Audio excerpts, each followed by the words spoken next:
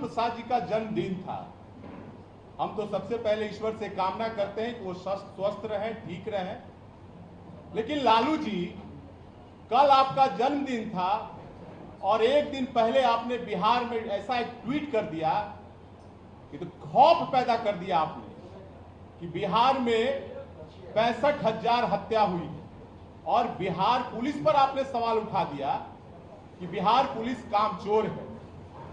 आप राजनीति में समाजवाद के नाम पर आए थे, लेकिन जब बिहार की जनता ने आपको मौका दिया तो आप परिवारवाद, भ्रष्टाचार में उलझ गए।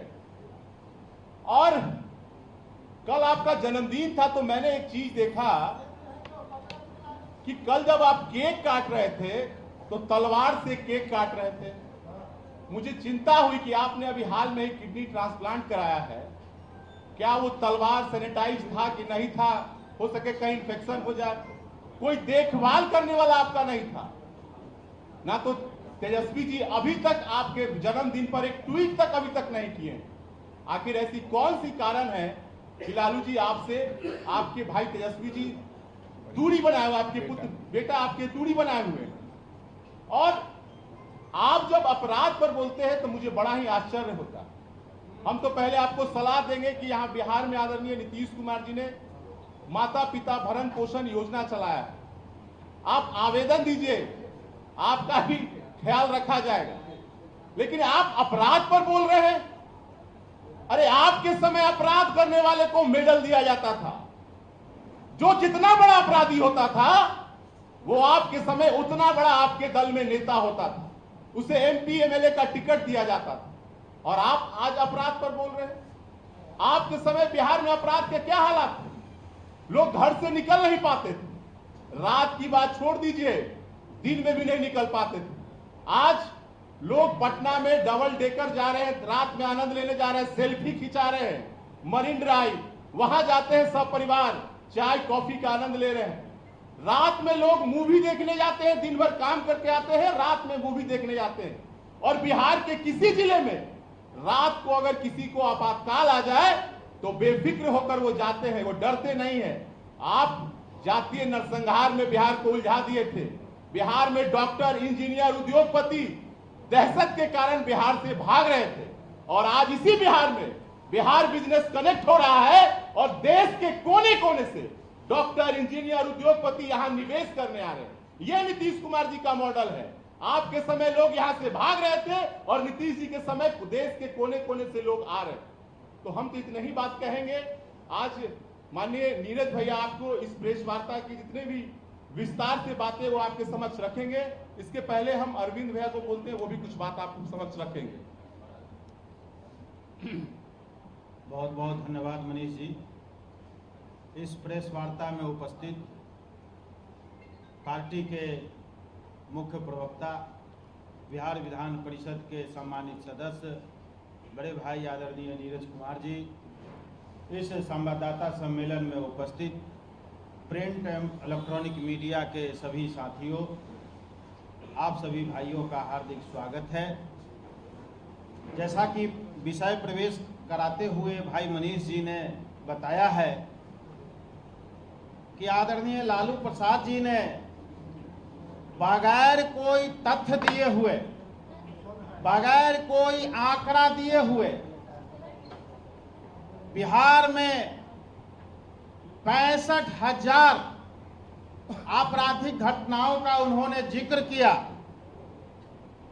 तो मैं इस प्रेस वार्ता के माध्यम से उनसे जानना चाहता हूं कि कौन सा ऐसा मैकेनिज्म है, कौन सी ऐसी विशेषज्ञता है जिसके बल पर आप सिर्फ 65,000, 65,001, 65,002, 65,040, 65,045 ऐसा कोई दावा आंकड़ा आप नहीं कर रहे हैं। आप सिर्फ 65,000 आप कह रहे हैं। ये तो देखने से ही ऐसा प्रतीत होता है कि आप बिहार को बदनाम करने के लिए, आदरणीय मुख्यमंत्री नीतीश कुमार जी की छवि को धूमिल करने के लिए इस प्रकार के भ्रामक तथ्यों का आप दुष्प्रचार कर रहे हैं। पूरा बिहार आज शांतिमय जीवन व्यतीत कर रहा है। आज बिना भय का कोई भी व्यक्ति किसी भी वक्त राज्य के किसी भी कोना से किसी भी कोना जा रहा है। देश के किसी भाग से कहीं भी रहने वाला व्यक्ति बिहार अपने गंतव्य स्थान पर पहुंच रहा है। लेकिन 1990 से 2005 के कालखंड के दरमियान कौन नहीं जानता है कि संध्या 6 बजे के बाद अपने घर को जाने के लिए, गंतव्य स्थान को जाने के लिए लोग समय का इंतजार करते थे।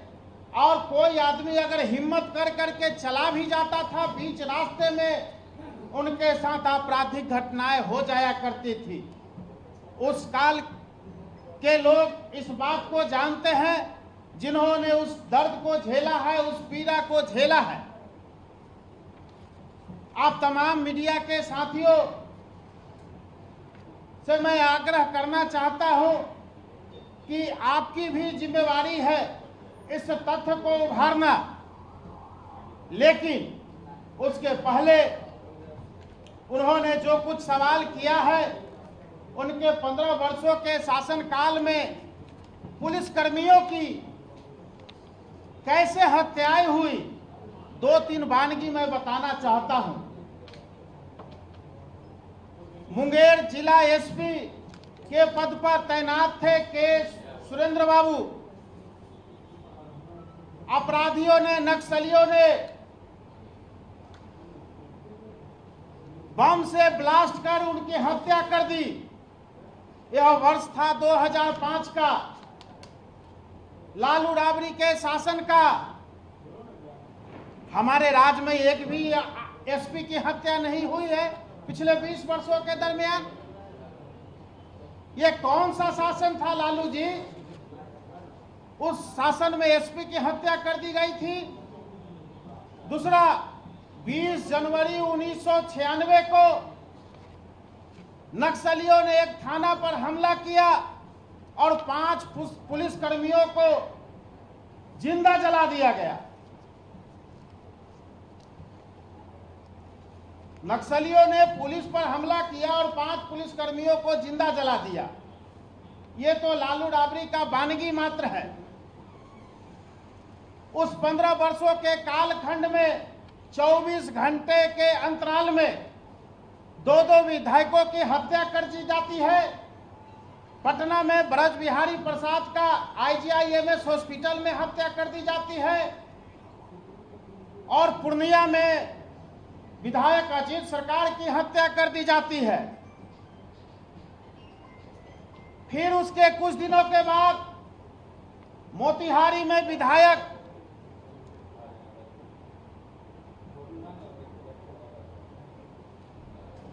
देवेंद्र दुबे की हत्या कर दी जाती है।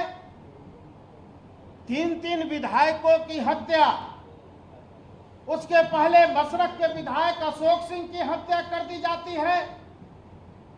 4 विधायकों की हत्या उस 15 वर्षों के शासनकाल में जनप्रतिनिधियों की हत्या कर दी गई। साथियों, क्या लालू प्रसाद जी इसका जवाब आज देंगे, ट्वीट करेंगे इस मामले में?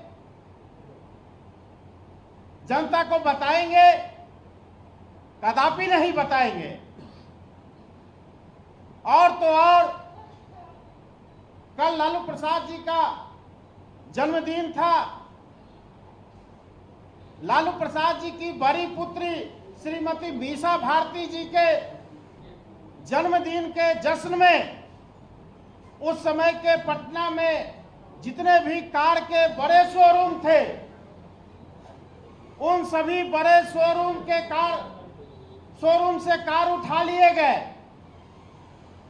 उस समय के तत्कालीन प्रिंट मीडिया के सभी अखबारों में इस बात का हेडलाइन बना कि मीसा भारती की शादी में राजद के समर्थकों ने सभी शोरूम से गाड़ियां उठा ली।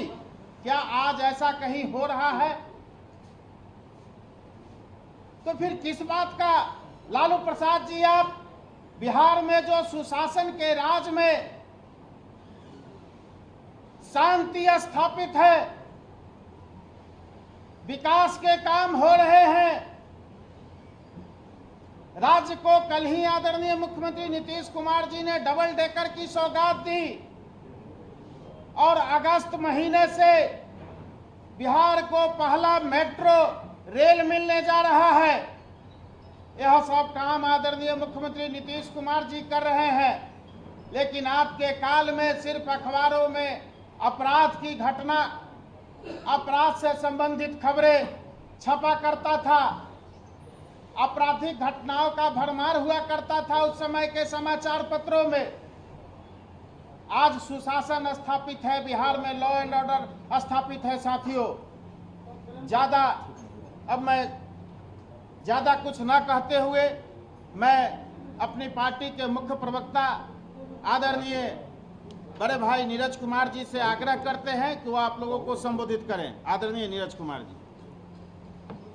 हमारी पार्टी के प्रदेश कार्यालय में आयोजित इस संवाददाता सम्मेलन में समुपस्थित माननीय प्रदेश प्रवक्ता माननीय अरविंद निषाद जी,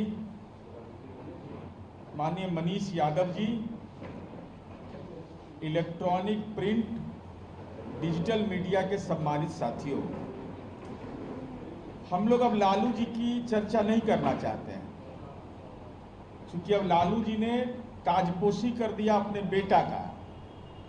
लेकिन चूंकि लालू जी ने ट्वीट किया और माननीय मनीष यादव जी ने चिंता व्यक्त किया कि लालू जी के 78वें जन्मदिन के दिन उनके जीवन के साथ खिलवाड़ किया गया। वो किडनी ट्रांसप्लांट उनका हुआ है, उसके बाद फिर ऑपरेशन हुआ है, लेकिन लालू जी ने उस परिवार के लिए क्या क्या जतन नहीं सहा, जेल तक के गए, मुकदमा झेला, लेकिन कैसा बेवफा निकले कि कोई यह देखने वाला नहीं था कि वो तलवार सैनिटाइज है कि नहीं। कोविड की एक नया वेरिएंट आया है, तो ऐसी स्थिति में यह महत्वपूर्ण है कि किडनी ट्रांसप्लांट जिनका होता है उनको इन्फेक्शन का खतरा होता है, तो इन्फेक्शन वाले की सुरक्षा करना, उन मानक का पालन करना परिवार के लिए जरूरी था। लेकिन सब लोग उनको छोड़ दिया, न मास्क उनको लगा हुआ था। हम लोगों ने जो वीडियो फुटेज देखा, खैर एक विकल्प मनीष यादव जी ने दिया है कि माता पिता भरण पोषण अधिनियम जो माननीय नीतीश कुमार जी ने बनाया है 2007 कि कोई माँ पिता के प्रति लापरवाह रहेगा तो उस व्यक्ति को आवेदन देने पर सक्षम कार्रवाई होगी। और मनीष यादव जी को हम लोग जिम्मा दे दिए हैं कि अगर ऐसा कोई सूचना आवे तो इनका जिम्मा है उसको एक्सपीडाइट करा के कार्रवाई कराना। चूंकि लालू जी को पॉलिटिकल इन्फेक्शन है, ट्वीट कर रहे हैं और ट्वीट में क्या बोल रहे हैं उसके बाद जन्मदिन आता है। स्वतंत्रता दिवस के जैसे पूर्व संध्या पर प्रधानमंत्री जी का संबोधन होता है, गणतंत्र दिवस में महामहिम राष्ट्रपति का होता है, तो जन्मदिन के ठीक एक दिन पहले ट्वीट कर रहे हैं और ट्वीट में ये कह रहे हैं कि शाम 5 बजे से पहले घर में घुसकर कितनी हत्याएं हो रही है। क्या मुख्यमंत्री जी के बारे में कहते हैं कि जानते हैं, पहचानते हैं, समझते हैं। उनके शासन काल में आधिकारिक आंकड़े 65,000 हत्याएं हुई हैं। हाँ, पहचानते हैं। रितलाल यादव को पहचानते हैं, आपके दल के दुलरुआ विधायक थे, अपराध किया। तेजस्वी यादव आपके पुत्र हैं, उन्होंने बयान दिया कि विपक्ष के नेता को साजिश के तौर पर फंसाया जा रहा है। अब रितलाल यादव पर भी साजिश हो तो ये अपने आप में नौमा आश्चर्य है। पहचानते हैं, इस बात को नीतीश जी जानते हैं कि आर्थिक अपराध बालू माफिया सुभाष यादव जेल के अंदर रहता है, कोडरमा ले जाते हैं। कोडरमा में लालू जी और उनके पुत्र उनके चुनाव प्रचार में जाते हैं, हथकड़ी लगा हुआ, तो कैसे नहीं जानेंगे? नहीं जानते तो यहाँ की पुलिस कैसे एस्कॉर्ट करके ले जाती? कोर्ट के आदेश से गई होगी। और ये आधिकारिक आंकड़ा है। हम लालू जी आपसे जानना चाहते हैं, ये आंकड़ा कहां से लाया? कहां का आंकड़ा है ये? स्टेट क्राइम ब्यूरो का आंकड़ा है, नेशनल क्राइम ब्यूरो का आंकड़ा है, या लालूवाद के वो खौफनाक विचारधारा का आंकड़ा है? यह स्पष्ट करिए। आपने बिहार पुलिस के बारे में क्या कह दिया? बिहार में इतनी भ्रष्ट, लापरवाह और कामचोर पुलिस कभी नहीं थी। पुलिस के इकबाल पर आपने सवाल करके पुलिस का मनोबल तोड़ा है। हम आपसे जानना चाहते हैं, अगर यही भ्रष्ट, लापरवाह और कामचोर पुलिस है, तो आपके परिवार के सुरक्षा में 159 सुरक्षा कर्मी कैसे प्रतिनियुक्त है?